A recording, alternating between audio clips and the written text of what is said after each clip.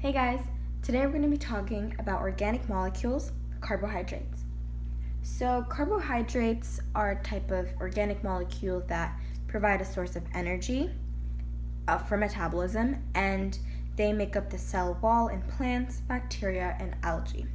It's important to note that carbohydrates are polymers, which means they are complex, large molecules that are made up of smaller repeating units, and they are polymers of sugars. So, carbohydrate molecules are made up of C, H, and O atoms, that is carbon, hydrogen, and oxygen atoms, and they're usually in the ratio 1 to 2 to 1. So for every one carbon atom, there are usually 2 hydrogen atoms and 1 oxygen atom. And here we have some vocab. The first one is saccharides.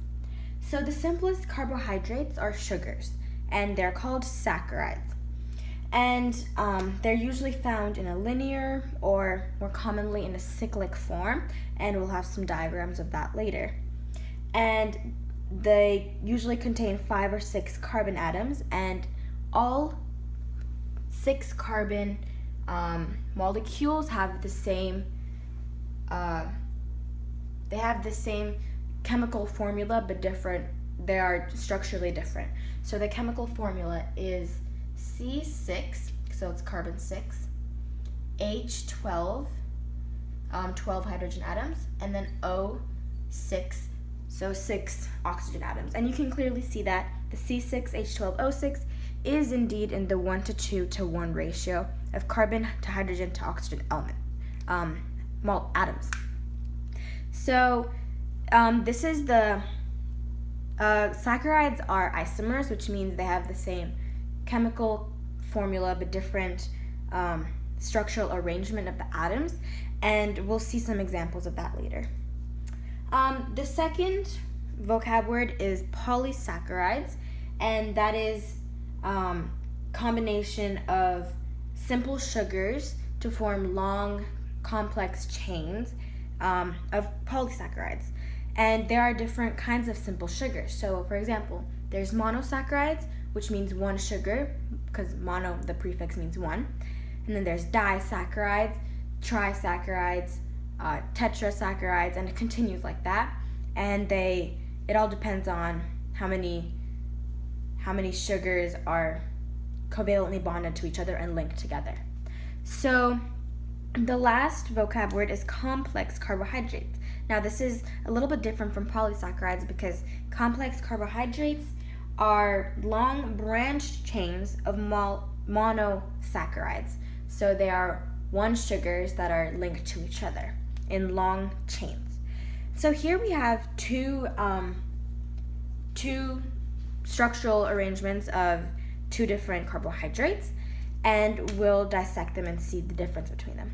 So for the first one, there are 6 carbons, and we already know that that's going to be a saccharide, and we can name the carbons. So this is 1' carbon, 2' carbon, 3' carbon, 4' carbon, 5' carbon, and 6' carbon.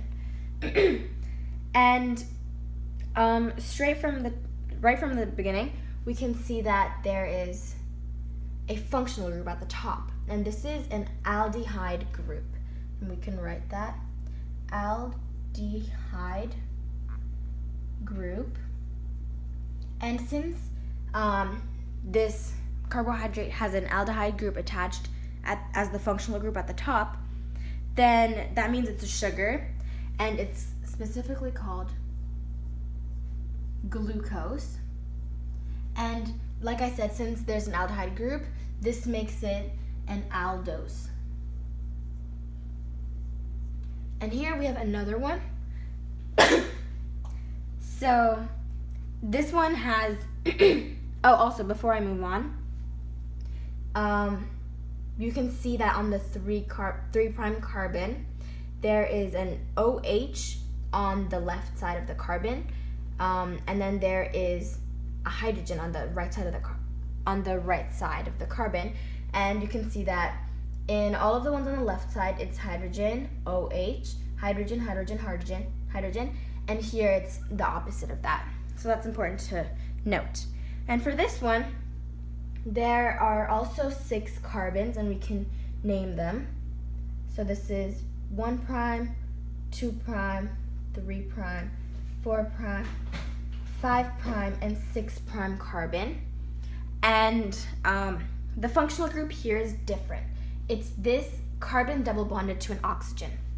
And that is a ketone group.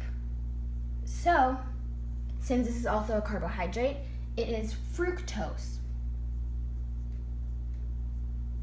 And because of the ketone functional group, this would be a ketone. And these are 2 different carbohydrates with the same chemical formula, C6H12O6, but different structural arrangement of the atoms, and they are isomers. Okay, so now we have an example of a linear carbohydrate becoming its cyclic form. So this is linear glucose. Both of these are linear glucose. Here it's a very simple way. It's a 6-carbon carbohydrate. And this is linear glucose forming the ring to become cyclic glucose. You can see that the carbons here are lined up going down, and here they start to wrap around each other. And in order for linear glucose, or for that matter, any linear carbohydrate, to form a ring, what happens is the carbon in the aldehyde or ketone group, in this case there's an aldehyde group, so it's the carbon from the aldehyde group, forms a covalent bond with the oxygen of a hydroxyl group. That is this oxygen here from this OH group, the hydroxyl group. It forms a covalent bond with that oxygen from the hydroxyl group, which is carried by another carbon in the same molecule, and that would be carbon 5. So carbon 1 makes a covalent bond with this oxygen, and you can see that after it has become cyclic glucose, it has formed this ring, and the hydrogen is lost from the hydroxyl group. So the presence of when the ring is formed, the aldehyde oxygen becomes a hydroxyl group, that is this, and the presence of the polar hydroxyl group, which we have, makes the entire molecule polar, and that means that it is highly soluble in water. So cyclic glucose is in this ring form, in the cyclic form, since it's very soluble in water, and that is how it's most commonly found in the body. Also, here we have 3 monosaccharides forming glycosidic bonds. That is what this bond is called. Let me write it up here, down here actually. Glycosidic bonds. Okay, so these carbohydrates are bonded to each other with covalent bonds, and they're called glycosidic bonds in the carbohydrate case. And these bonds link carbohydrate molecules together. In this example, they link glucose monomers together to form the polysaccharide starch, like we talked about earlier. It's a polysaccharide. So that's all about glycosidic bonds and linear glucose becoming cyclic glucose. And thanks for watching, guys. Make sure to stay tuned and subscribe for more videos. Thanks.